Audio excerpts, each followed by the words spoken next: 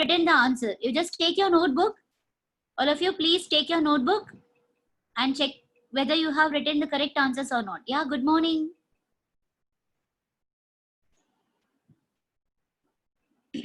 So how many questions you have written? How many answers? So please tell me for how many questions you wrote the answers. Only for 10. Half an hour you wrote only for 10 questions. Oh my God, why? Yes, 30 minutes. No, in 30 minutes you were able to complete only 10 questions. Very bad. Very, very bad. Okay, fine. No problem. So I think like he would have showed you in the order. So let me show the questions and side by side I will tell you the keys and explanation. Okay, fine. So this is the first question. You just check your notebook for the first 10 questions. Then remaining 16 questions, I will show you the questions and then I will explain the key. Okay. So now please look at the first question. Which one of the following is not observed in biodiversity hotspots? Okay. So we know like biodiversity hotspots, they have species richness, high degree of endemism. I told you, right? Endemic species that is confined to a particular area. Species richness is number of species present in an area. And accelerated species loss will also be there. I gave you all these 3 points. Fine. The one which is not observed in biodiversity hotspot is lesser interspecific competition. Why? Because in biodiversity hotspots, you will have greater interspecific competition or higher interspecific competition and not lesser. So for the first question, the correct answer is option A. Okay. Which one of the following is an example of ex situ conservation? Wildlife sanctuaries. Sanctuaries are in situ. Okay, it is not ex situ. Seed bank is ex situ. Sacred groves is in situ conservation. National park is also in situ. So the correct answer is option B. Fine. Biodiversity of a geographical region represents. If you take a geographical region and if you say what is biodiversity, the different types of organisms present in that particular region is called as biodiversity. So the first option is endangered species found in the region. It is not the endangered species, it is the surviving living species. The diversity in the organism living in the region, yes, correct. Genetic diversity is the dominant species of the region, not only genetic. It includes genetic diversity, species diversity, and also ecological diversity. Species endemic to the region, no, it is also wrong. So the correct answer is option B. Diversity in the organism living in the region.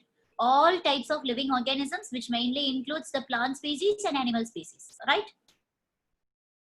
Fourth one, large woody vines are more commonly found in. Actually, this concept is it is a very past year paper. So large woody vines, no, actually these woody vines are said to be mostly, they are epiphytes. You know what do you mean by epiphytic plants? These plants will attach with the top of another plant and it will take the moisture from the atmosphere and it will use them. So this type of large woody vines are more commonly found in tropical rainforests. The correct answer is B. Now coming to the fifth question. Which one of the following shows maximum genetic diversity in India? Under genetic diversity topic, I told you, right, in plant species, the maximum diversity, genetic diversity subspecies are found in rice. So I said like in your NCRT, it is given more than 50,000 strains of rice are available. Okay. So rice is the one which is having the maximum genetic diversity in India. Sixth one. Which one of the following have the highest number of species? In general, plant and animal, comparatively, animal is having the more number of species. And in animals, more than 70% of them are insects. So generally they have asked you what is the highest number of species. So you should say insects. Insects are class Insecta is the largest group of organisms in living organisms. Okay. Then sacred groves are specially useful in. Sacred groves comes under in situ conservation. It is not for preventing soil erosion. Wrong. Annual flow of water in river. Wrong. Conserving the rare and threatened species. Yeah.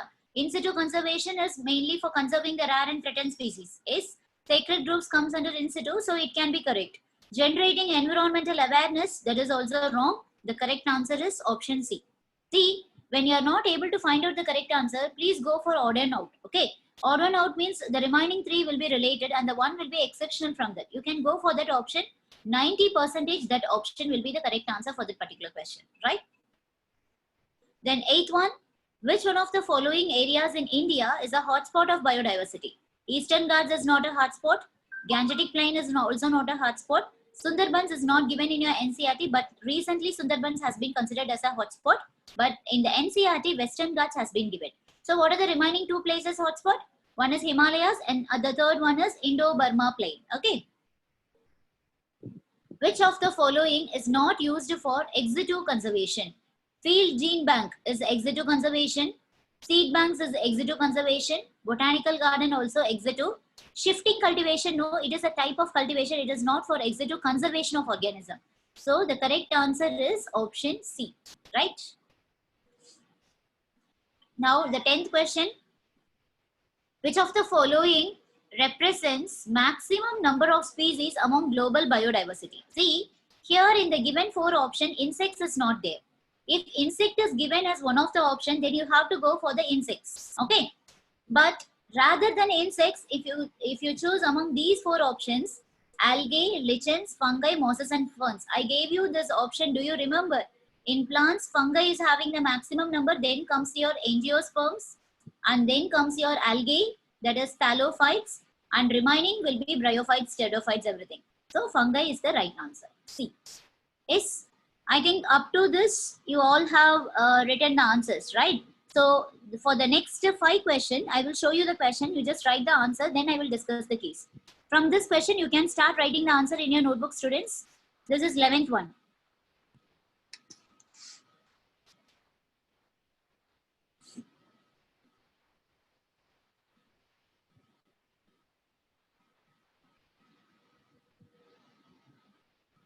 Twelfth one.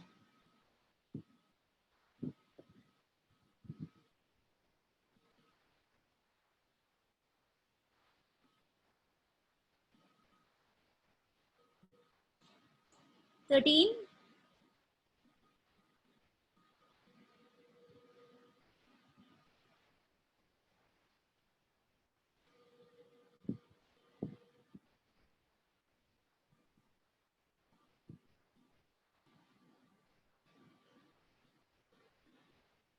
14.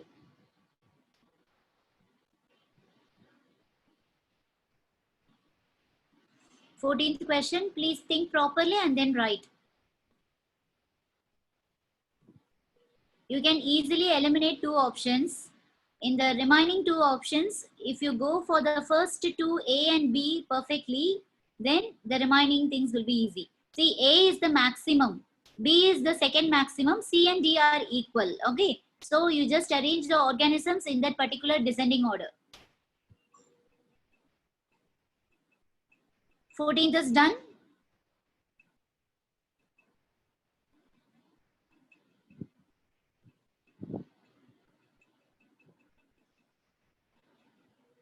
Question number 15. Choose the correct combination of pairs. Both of them should be correct, okay? Not the one. Only if both the pairs are correct, you should take that option as the correct answer.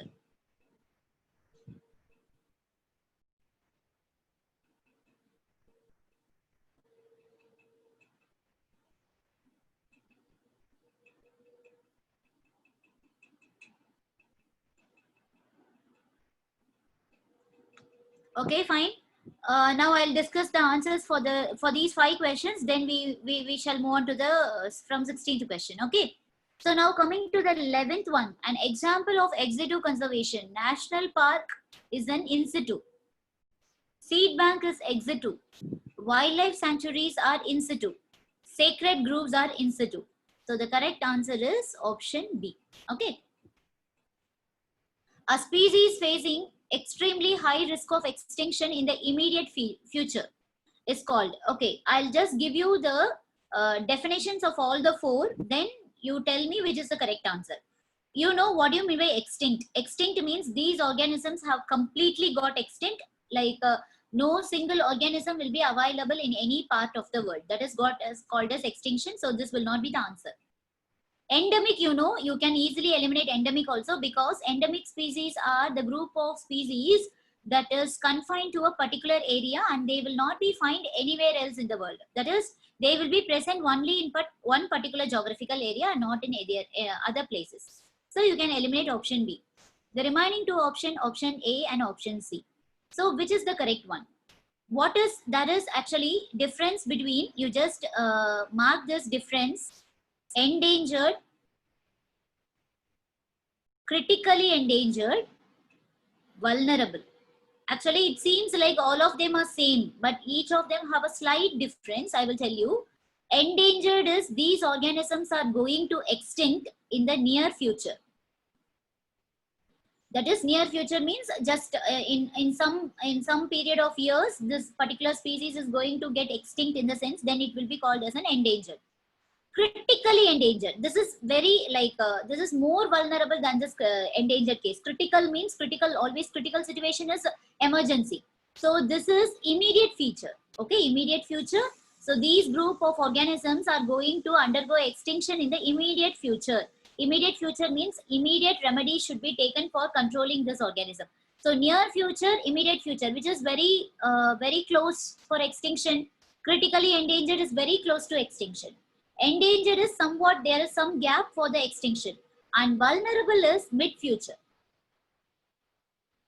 So the first one, which is very close to extinction, is critically endangered.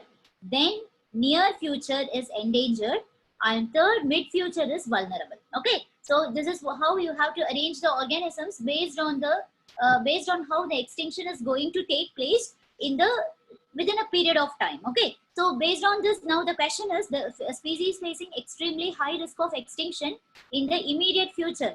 Then the answer is option C, critically endangered. Got it? Then 13th one, the organization which publishes the red list. This is just a direct question. Option B, IUCN, International Union of Conserving the Nature and Natural Resources. Given below is the representation of extent of global diversity of invertebrates. So we should categorize these things. Option A is the maximum. Maximum is the insects always. And you know, the largest phylum is phylum Arthropoda. The second largest phylum is Mollusca. So B comes mollusk.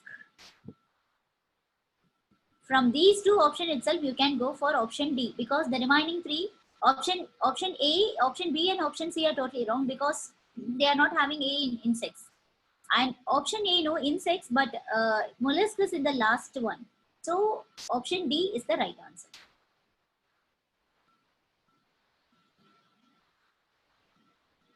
Then question number 15.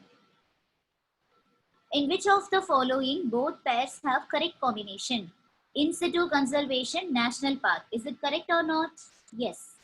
Ex situ conservation, botanical garden. Correct. But don't go immediately with that option. Please check the other options too. Sometimes there may be some confusion. Okay. In situ conservation, cryopreservation is not in situ. Wildlife sanctuaries, it is not ex situ.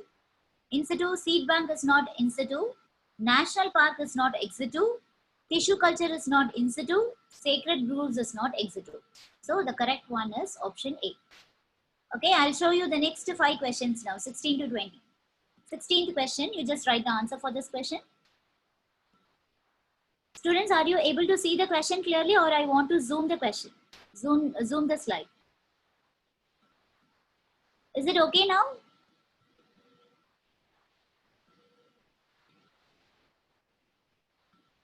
Yeah, fine.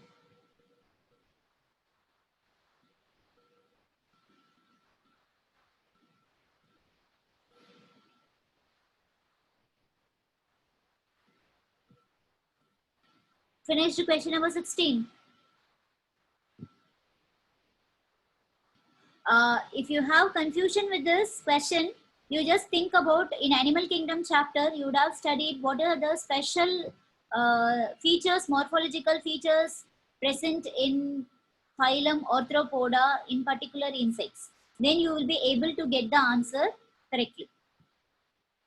Now question number 17. So this is question number 17.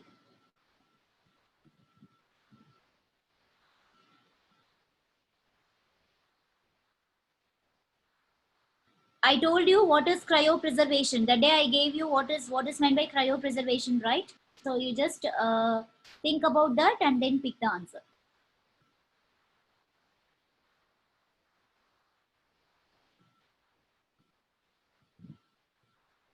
Fine.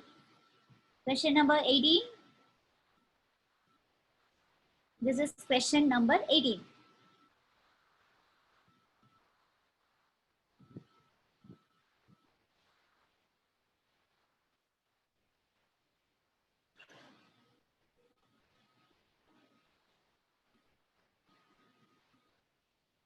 Finished.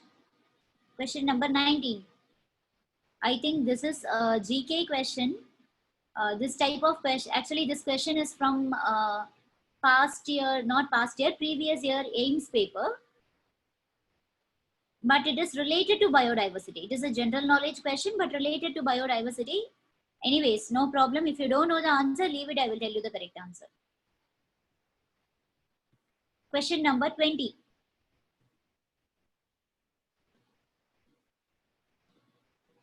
We studied 4 reasons for the loss of biodiversity. We called it as evil quartet. Okay. So you just think about that and then mark the answer for this question.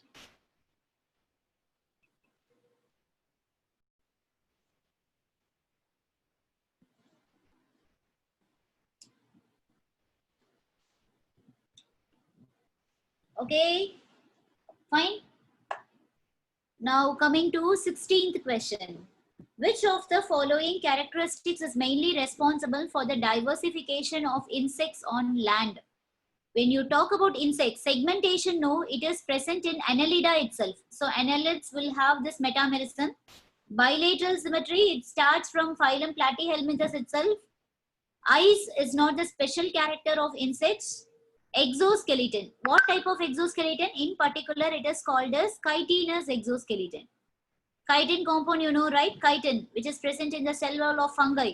So this is a complex polysaccharide which is made up of monomer NAG, N-acetyl glucosamine. You would have studied in biological classification chapter. So the correct answer is option C. Cryopreservation of gametes of threatened species in viable and fertile condition can be referred to as. It is not in situ. It is not in situ. It is not in situ. So correct answer is advanced ex situ conservation of biodiversity. The species confined to a particular region and not found elsewhere. Just now I told you the difference between endemic, vulnerable, critically endangered, everything. So it is endemic species. Alien species means they are foreign species. Rare species means these species will be present only in some parts of the world. Okay. Keystone species, no, it is keystone means these species, no, it will be helpful for particular research or something. So the answer is option B.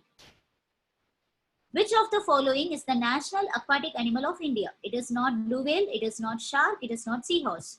The correct answer is option B, river dolphin. Which of the following is the most important cause of animals and plants being driven to extinction? So out of the 4 reasons I told you, which is the foremost one, that is habitat loss and fragmentation. All the 4 belong to the evil quartet, but the most primary reason is said to be habitat loss and fragmentation. Fine. We have left 6 more questions. I will show you the remaining 6 questions. This is question number 21. We just mark the answer for this question.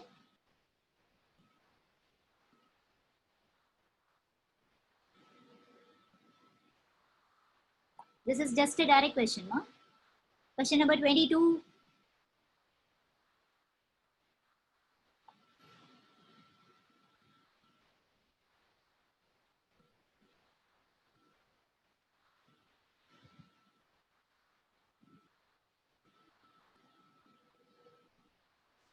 Question number 23. This is also from AIMS. This is also related to GK, but linked with biodiversity.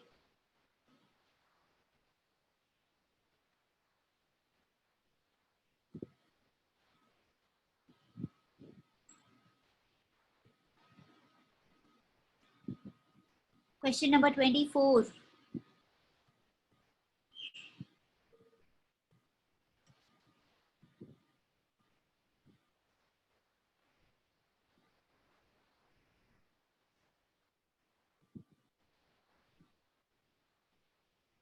25.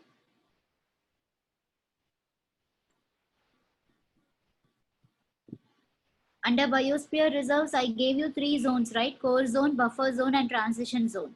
So please read the question properly and select which one it is.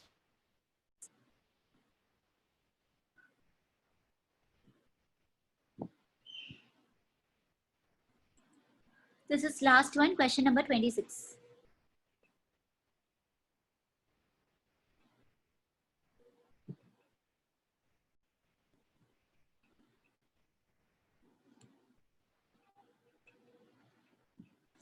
Yeah, fine.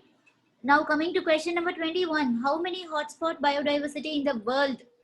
So total number of hotspot biodiversity in the world is 34 and India it is 3. Red list contains the data or information. Plants whose products are in international trade, no. Threatened species, correct. Only marine vertebrates, wrong. All economically important plants, wrong. So answer is B. Which of the following national park is home to the famous musk deer or hangul? Okay.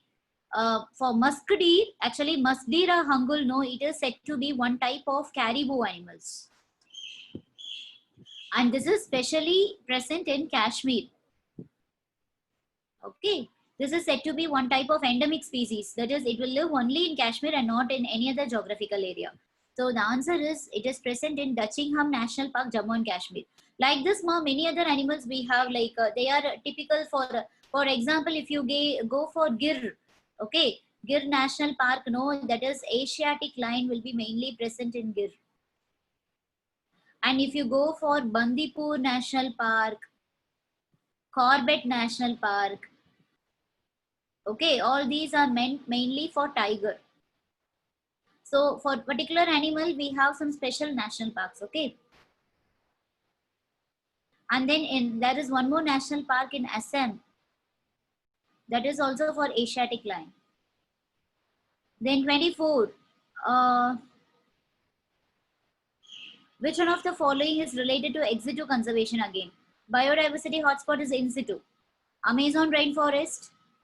Amazon rainforest, actually it is said to be, I told you it is a biodiversity hotspot, okay. Maximum biodiversity will be present. It is also in situ. Himalayan region, in situ. Safari parks are ex situ. The region biosphere reserve, you remember 3 regions I told you. The innermost one is the core region. Next comes your buffer zone and third comes your transition zone, right? So here the question is, legally protected where no human activity is allowed. Complete human activities are restricted in this core zone. So answer is D. In buffer zone, some human activities are allowed, like for education and research. Transition, completely all human activities are allowed. Okay. And the last one, Alexander von Humboldt, you remember, he's a geographer who explored the jungles, South American jungles, and finally he observed this species area relationship. And the equation is S is equal to C into A power Z. Okay. So this is the equation he gave and it is called as rectangular hyperbola. Yes, that's it. Okay.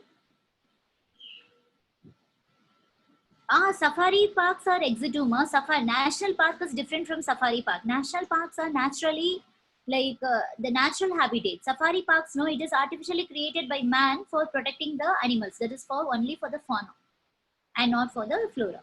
Got it? Yes. Okay, students, fine. I think like you have got some idea about how the Sunday exam will be. I have discussed only some questions. Okay, so you similar to these questions, you will get the remaining questions for your Sunday exam. Questions are very easy. Actually, biodiversity chapter, no, it will not be very much difficult. It will be very easy. Fine. Question number 23. Yes, this is question number 23.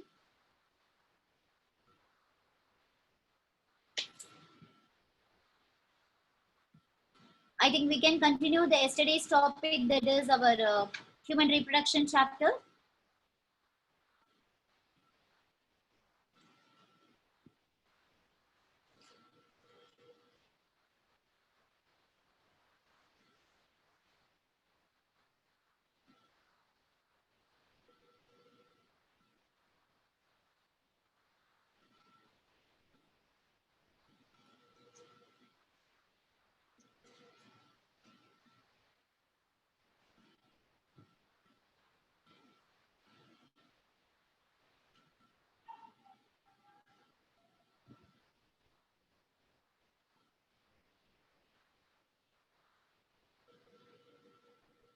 So Assam, I told you, no, it is Kaziranga National Park in Assam, Gir National Park in Gujarat, Bandipur National Park in Rajasthan. So these two are mainly meant for tiger project, and this is mainly for Asiatic lion. Okay. So fine. Let's close. Okay, let me close this and we'll start the human reproduction.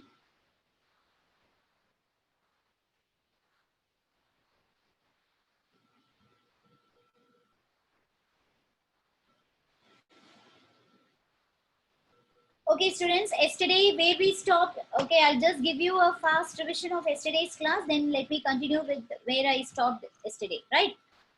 So we started with the male reproductive system. I told you some of the organs that are listed under this male reproductive system, like testis, and then epididymis, vas deferens, urethra, penis, okay?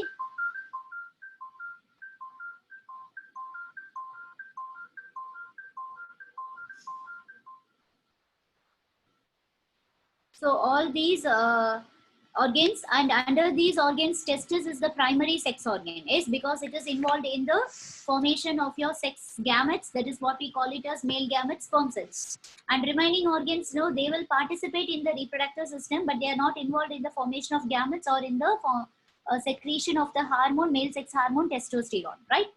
So we started with the testis. Testis location, I told you, they are present in the extra abdominal region, and it is safely present in a bag-like structure, what we call it as scrotum. Yes. So this scrotum is a place where the body temperature will be 2 to 5 degrees Celsius less than the normal body temperature. Why? Because your sperm cells are highly sensitive. Yes. And as a result, this scrotum bag will it will maintain the temperature that is favorable for your sperm cells, right? And then we discussed about the structure of testis. Testis, I told you, it is covered by two membranous covering. One is called as the inner one is called as tunica fibrosa, also called as tunica albuginea, and the outer covering is called as tunica vaginalis. Okay, inner one is made up of fibrous connective tissue, and that's why it's called as tunica fibrosa or tunica albuginea. And both these coverings are meant for protection, right? And now coming to the inner part of the testis, if you take a longitudinal section of the testis, you can see so many compartments present inside the testis, approximately 150 compartments in each testis, what we call it testicular lobules or folliculi. Okay, and testicular lobules or testicular folliculi, it consists of seminiferous tubes. Each testicular lobule will consist of minimum 1 to maximum 3 seminiferous tubules, and altogether if you take a single testis, there will be approximately of about 700 to 750 seminiferous tubules present. And regarding the seminiferous tubules, you just add some information, students. Yesterday I just forgot to say this. Where you have written seminiferous tubules, no, there you add these information, or else you just put a separate topic seminiferous tubules and add these information. Okay, fine. I told you in your testis, you will have compartments like this, and these compartments are called as lobule. And inside these compartments, you will have a tubular structure, and these tubular structures are called as seminiferous tubules, and each lobule will have minimum 1 to maximum 3 seminiferous tubules, right? Now, you just write down what are the different types of cells present in the seminiferous tubules. So the first thing, in the walls of the seminiferous tubules, in the walls of these seminiferous tubules, it is lined with germinal epithelium. The wall means like on the sides, okay? On the sides of the seminiferous tubules, no, it will be lined up with germinal epithelium. And this germinal epithelium, no, it consists of male germinal cells. Male germ cells. You know what do you mean by germ cells? Germ cells means sex cells. Okay, male germinal cells will be present. As you, I'll just compare these cells. In sexual reproduction of flowering plants, we discussed, right, microspore mother cells will be present in the sporogenous tissue. Similarly, those microspore mother cells will undergo meiosis and produce the haploid microspores. Similarly, these germinal cells will be diploid and they will undergo meiosis to form the haploid gametes. Okay. So these germinal cells will be present in the walls of the seminiferous tubules, and these germinal cells later they will undergo meiosis, meiotic cell division, and they are responsible for the production of haploid gametes. That is what our sperm cells. Okay, so these haploid gamete sperm cell production will be done in the seminiferous tubule. So seminiferous tubule, the prime function is, one of the prime function is, it is involved in the formation of sperm cells, that is called as the male gametes. And then again, and then one more thing, in the walls of seminiferous tubules, like in between the seminiferous tubules, germinal epithelium will be continuously lined. Okay, but one more cells will be present which is called as Sertoli cells, and these Sertoli cells are present in some places, not continuously in the walls. It will not be present continuously like this germinal epithelium. It will be present in some places in the walls of seminiferous tubules, and those cells are called as Sertoli cells, and these Sertoli cells are having a very important function. These cells are the one which provides nutrition for the developing sperm cells. I told you these germinal cells will undergo meiosis and produce haploid gametes. For this development process to take place, the Sertoli cells are the one which supplies nourishment for this, for the development of sperm cells. And not only this, Sertoli cells are having additional function, and one more function is it also provides support for the sperm cells. And one more thing, it also secretes one factor which we call it as ABP. ABP is androgen binding protein. It is a factor. This factor is responsible, this ABP is responsible for concentrating the hormone, male sex hormone. What is the male sex hormone? You know, it is testosterone. So it is responsible for concentrating the male sex hormone called as testosterone. So when you go for Sertoli cells are having three functions. The first function is it will provide nutrition for the development of sperm cells. Like in your plants, you had tapetum. Do you remember? Tapetum are the one which supply nourishment for the development of microspores, and pollen grains. Similarly, here Sertoli cells are the one which is responsible for the supply of nourishment for the developing sperm cells, and it also, the second function is provide support, and third function is it secretes ABP, androgen binding protein, which is responsible for concentrating the testosterone. And I told you in the seminiferous tubules, three different types of cells are present. The first type of cells are the germinal epithelium, that is your germinal cells. The second type of cells are the Sertoli cells. And the third type of cells in your seminiferous tubules are the Leydig cells. They are also called as interstitial cells.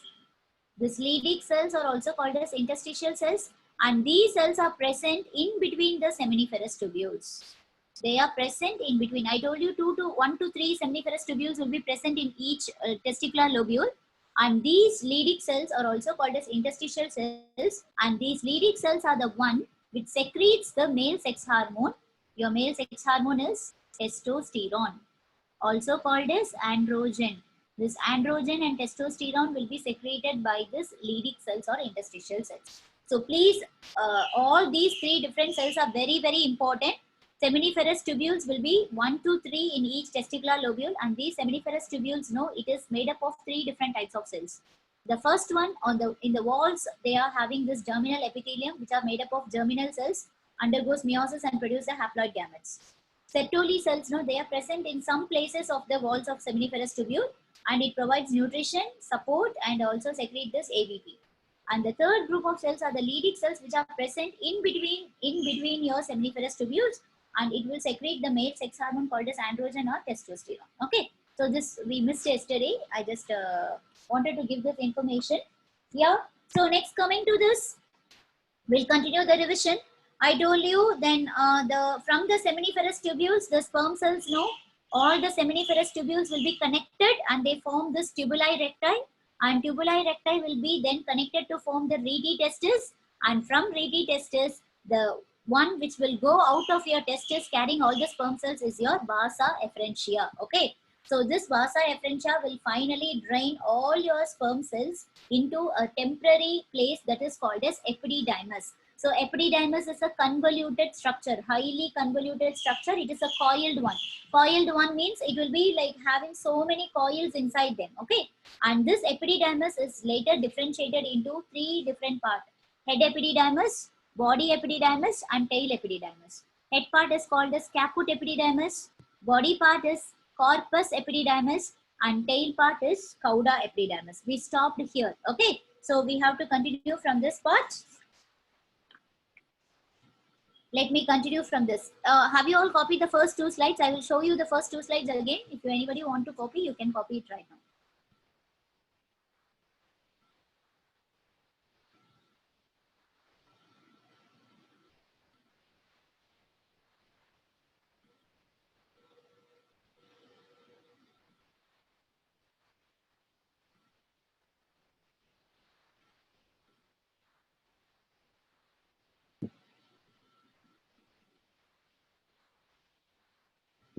Fine. Now this is second slide.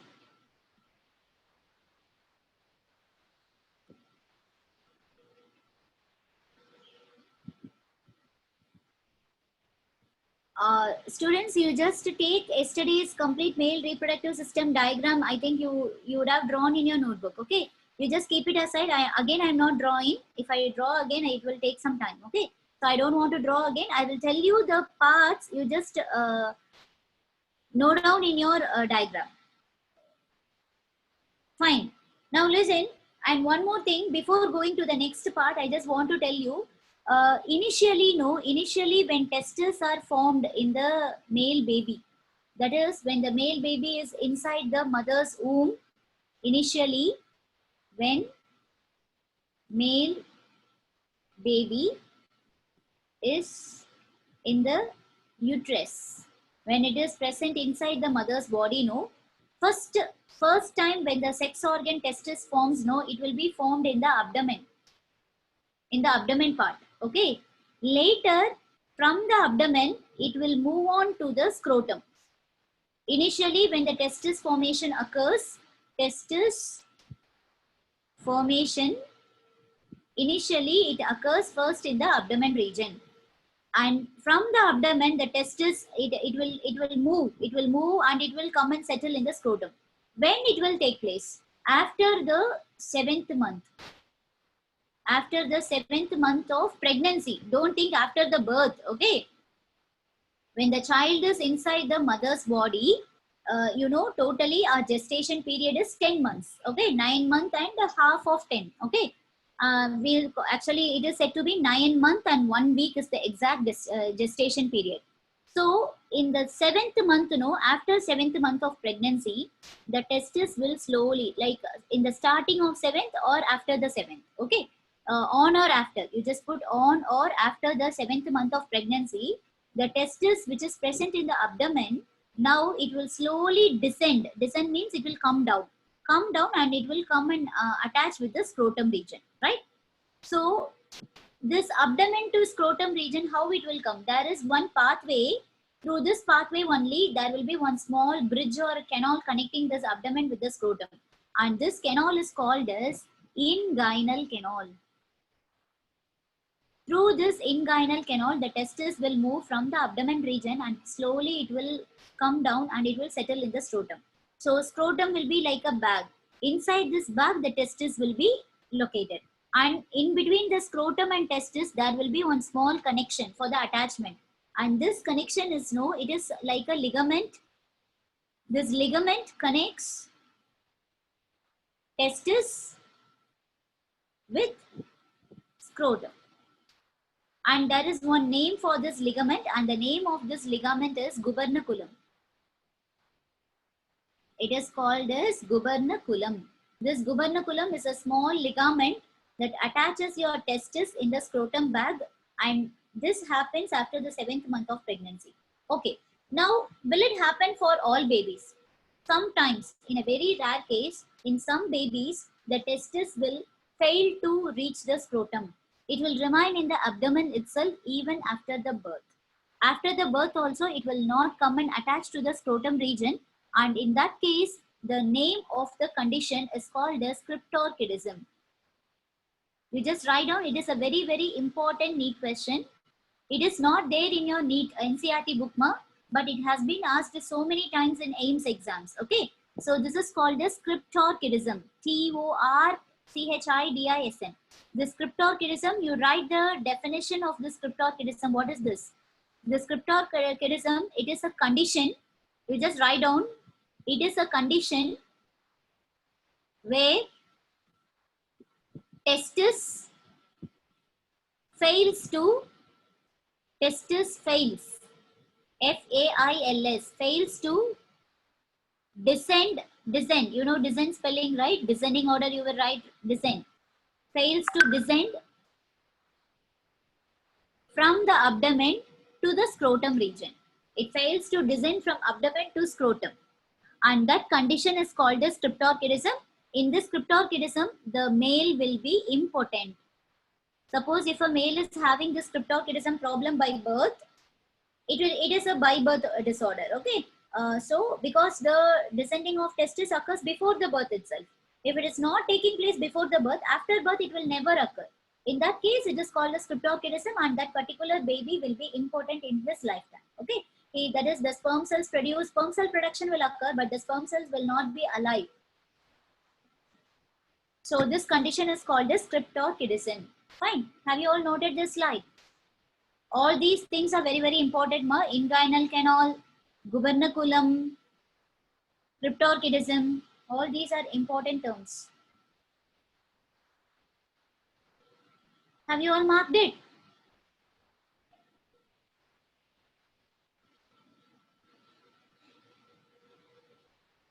No, there is no treatment or any remedy for this cryptorchidism. They will be important for their lifetime. Definition, I will tell you again. Cryptorchidism is a condition. Cryptorchidism is a condition where testis fails to descend from abdomen to scrotum. Fails to descend from abdomen to scrotum region, which causes impotency. It causes impotency. You know what is impotency, right? They will not be able to involve in reproduction process, which causes impotency. Fine. Now let us continue with the male reproductive system, students. Yesterday we stopped where with epididymis, right? Epididymis, I told you. I'll just draw the tubes, okay?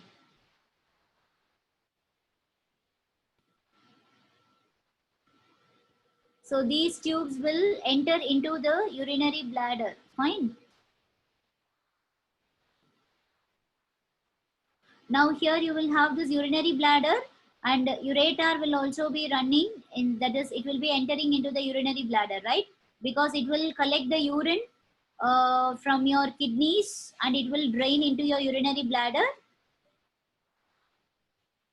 And these tubes will finally come and connect with this urinary bladder. That is, this is said to be your vas deferens. I told you, like yesterday, testis, and from, okay, and here this tail part of the epididymis. From the tail part of the epididymis, tail part I told you it is cauda epididymis. From this cauda epididymis till this epididymis will be like coil. After this part, from this tail part, it will uncoil. It will uncoil and it will form a tube-like structure. And this tube-like structure will extend, okay? So, and this tube-like structure is called as vas deferens. This is what we call it as vas deferens, commonly called to be sperm duct. Okay, so this is your vas deferens. This is your vas deferens. So this vas deferens, no, it will enter into, actually your testes are located in the, I told you testes are located in the extra abdominal cavity. Okay, but this part, urinary bladder, no, it will be present in the abdomen region. This is lower abdominal cavity or extra abdominal cavity. from lower abdominal cavity or extra abdominal cavity, the vas deferens will go upward and it will enter into the abdomen. So vas deferens, no, vas deferens enters into the abdominal cavity. Okay, fine. Again, how from this lower abdominal cavity it will go to the abdomen? It will pass through this inguinal canal. I told you already, from the abdomen to your scrotum there is one passage, and that particular passage is called as inguinal canal, through which the testes will descend to your scrotum in the 7th month of pregnancy, right? Now, the vas deferens actually it will be connected with your urinary bladder. From testis, it will move upward in the upward direction through this inguinal canal. It will enter into the abdominal cavity through this inguinal canal. So inguinal canal, you know, it is a passage between the abdominal cavity and the scrotum. And this vas deferens, no, sperm duct, it will carry all the sperm cells from the epididymis. Epididymis is it is like from testis, all the sperm cells now it has been reached to the epididymis. And from head part, it will come to body part, and it will come to the tail part. And from the tail part, this vas deferens will arise, and the vas deferens will carry all the sperm cells. And that's why it is called a sperm duct, because it carries the sperm cells. No, it is called a sperm duct. And this vas deferens is the longest part of your male reproductive system. It is the longest part of the male reproductive system. And this vas deferens will go upward, and it will finally enter into the urinary bladder. And there, it will both the vas deferens will come and connect at a particular point. And this particular point, you know, and that is what we call it as ejaculatory duct.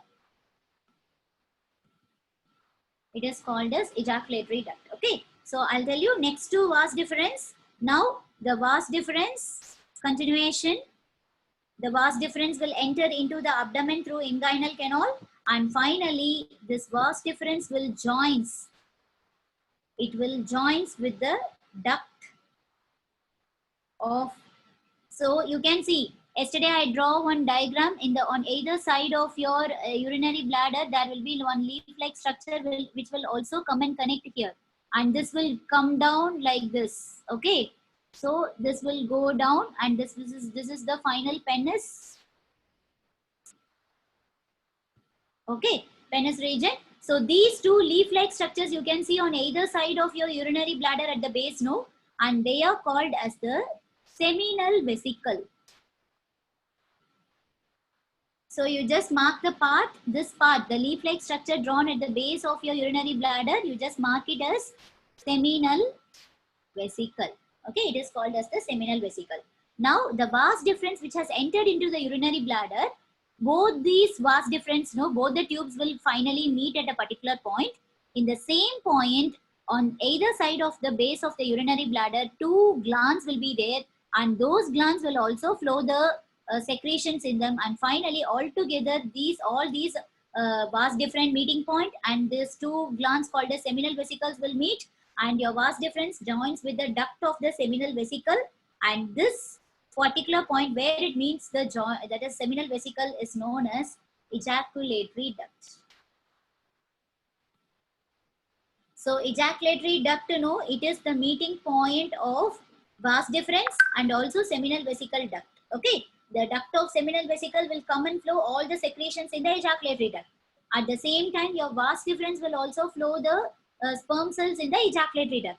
So this ejaculatory duct is the meeting point of your vas deferens and also your seminal vesicles which are present. These seminal vesicles are present on either sides of urinary bladder. Urinary bladder in the base. In the base. Base means in the lower side. In the base of the urinary bladder, on either sides, there will be some leaf-shaped gland, which is called a seminal. Glands we will discuss separately. I will tell you what is the secretion of seminal vesicle separately. Okay. We'll just continue the pathway. Then we'll discuss about the glands alone. Okay. Right. Now, ejaculatory duct is over, right? So, this ejaculatory duct, it will open. Now, urinary duct will also be joined with this ejaculatory duct. Why? Because you just see the diagram. Here, ureter is flowing. Ureter is flowing the urine inside the urinary bladder. And this ureter opening, no, it will come and join with the urinary duct. At the same time, ejaculatory duct and urinary duct, no, they will both open at the same point. And this ejaculatory duct and urinary duct commonly they open into this opening, which is called as urinogenital opening. Both ejaculatory duct and your urinary duct commonly opens into urinogenital opening. This opening can also be called as sinus, or it can be called as orifice, or it can be called as aperture. All means opening. Opening, sinus, orifice, aperture all represents a small hole where finally the urine or the semen will be ejected out. Okay. So male is having a common opening for releasing the urine and also for releasing the semen. They don't have separate openings. Okay. But female is not like that. Female urethral opening is separate and vaginal opening is separate. But for male, both these urinogenital opening, that is urinogenital, you can see urino is for expelling out the urine. Genital is for expelling the semen. But both of them will not ejected out at the same time. There is as we have students, you would have studied in digestion chapter in pharynx. No, you from pharynx, like pharynx is a common passage for food and also for air. But from pharynx you have a diversion for wood, like your windpipe and also for your food pipe. That is for your trachea and also for your esophagus. In between there is a sphincter muscle, like epiglottis is there, no, which guards the opening. Similarly, there is a sphincter muscle that is present between your urinary duct and ejaculatory duct, but both of them will open into a common opening that is called as urinogenital opening. When urine is being expelled out, genital opening, no, that is the genital duct, ejaculatory duct will be closed. When ejaculatory duct, that is semen, when it is getting ejaculated, the urinary duct will be closed. Both will not open at the same time, which means both urine and semen will not be expelled out at the same time, one followed by the other, or both, that is either of them will open at a particular time and either of them will be released at a time. Okay, so this is what the urinogenital sinus. So the duct which is opening in this urinogenital sinus, no, from the, that is the common duct, the ejaculatory duct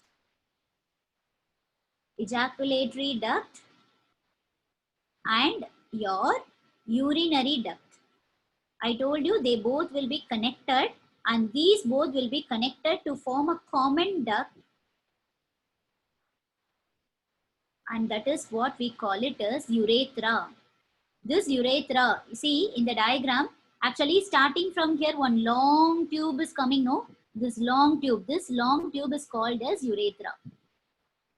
Okay, it is called as urethra. So this urethra will open, and this urethra, it will passes through penis.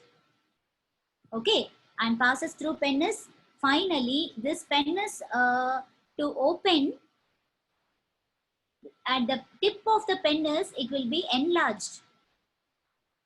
Slightly, it will be swollen. Okay, see, I will draw from this diagram. See, this is your urinary bladder, and both your that is vas deferens will come and meet here, and here this seminal vesicle will open, right? All these will come and join at a particular point. Okay, so your vas deferens will come and meet here, and your seminal vesicles, these two are seminal vesicles, will meet, and this point is called as the ejaculatory duct. Okay, and here again through ureter tube, urinary duct will also arises, and this is your urinary duct. This urinary duct and ejaculatory duct will meet, that is they will form a common one that is called as the urethra. This urethra will descend down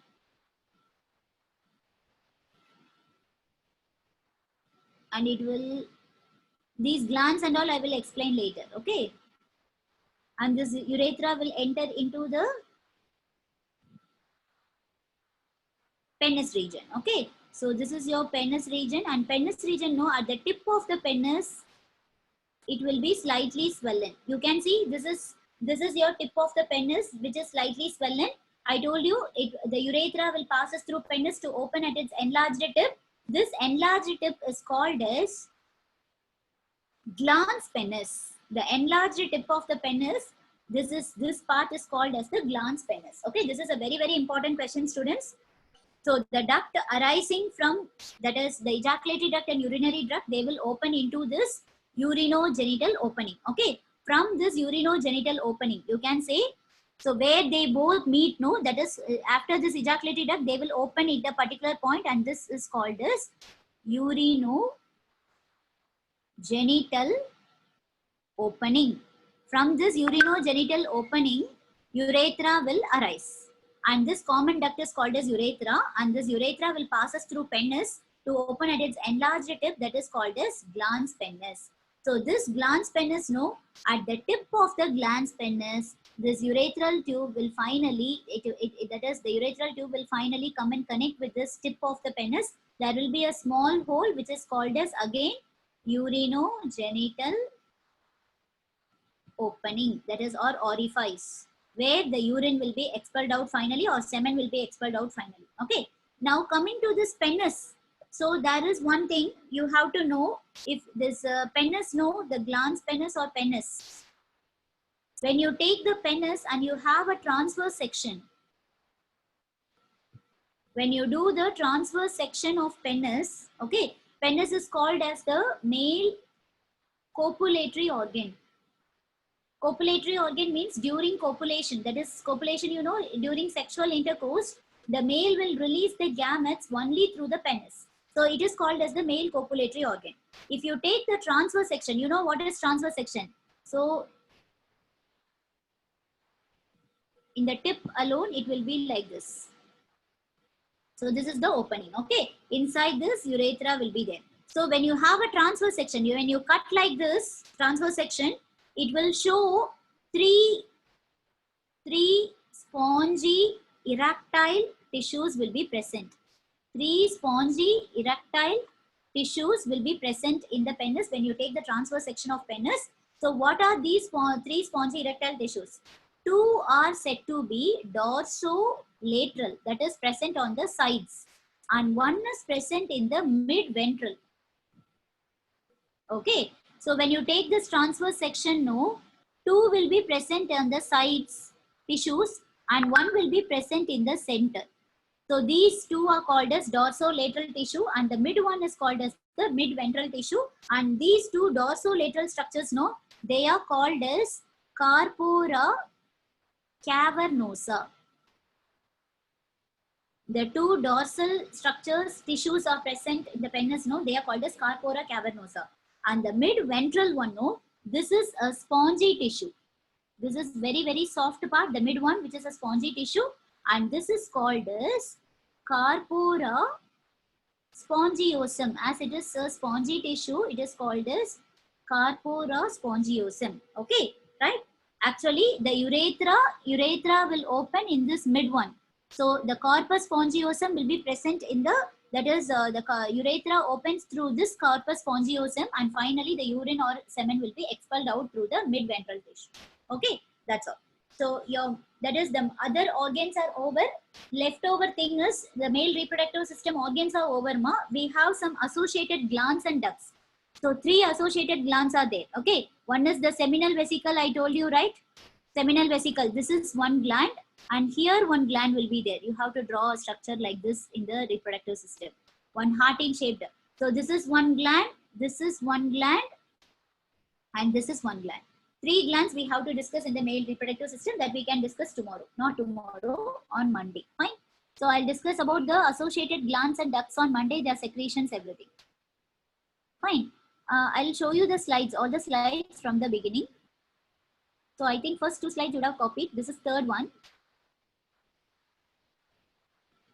Last slide. Wait, I will show you the last one. This is third one, ma. This is fourth one.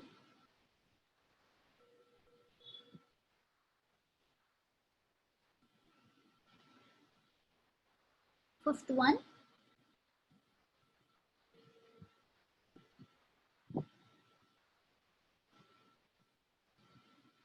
Sixth one.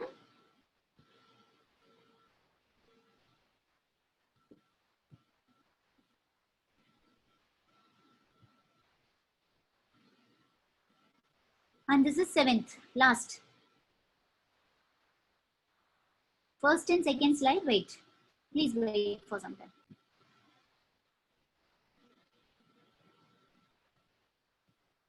Okay, students, thank you so much. So meet you all on Monday. Thank you.